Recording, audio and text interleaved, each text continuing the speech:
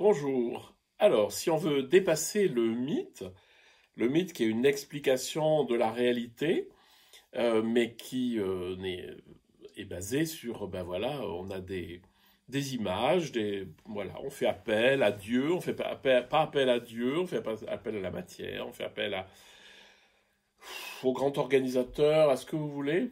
Le mythe est un récit, c'est un narratif qui essaye de rendre compte de la multiplicité de la réalité et de la manière dont elle fonctionne, d'où elle vient, où elle va.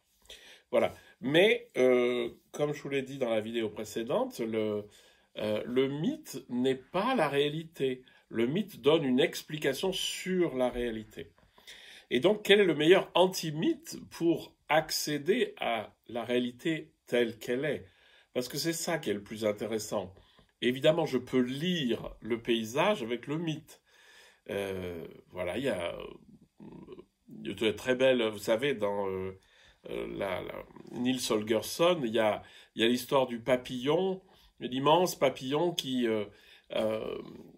tombe dans la mer Baltique, et donc ça fait une île, son corps c'est une île très très longue, je ne sais plus comment elle s'appelle, mais c'est très beau d'ailleurs, donc voilà, ça c'est une explication, c'est un mythe pour expliquer pourquoi cette île est très très longue.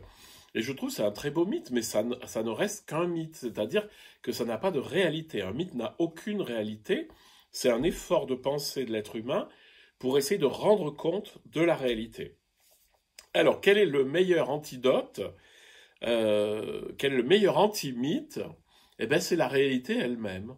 C'est-à-dire qu'au lieu d'analyser et d'interpréter la réalité, je vais l'accueillir telle qu'elle est. Et ça, c'est central. C'est central dans la spiritualité, c'est central pour la vie.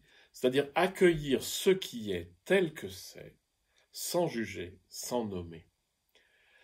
Parce que c'est bien ça la croix, c'est qu'en nommant, on divise le monde, en divisant le monde, on s'en sépare, puisqu'on le met à distance en disant, voilà, il y a des catégories, machin, truc, il y a les animaux, il y a les plantes, il y a les cailloux, il y a tout ça.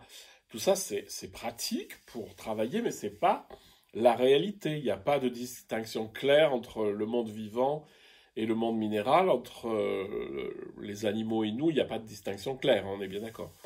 Voilà. Et donc, ben, le meilleur antidote, le meilleur antimythe, c'est la réalité. Accueillir la réalité telle qu'elle est, sans juger, sans nommer. Le jugement nous sépare également de la réalité, c'est-à-dire comparer les choses, dire ça c'est mieux, ça c'est moins bien, etc. Donc ce sont toujours des choix totalement arbitraires et subjectifs. Donc rapprochons-nous de la réalité telle qu'elle est.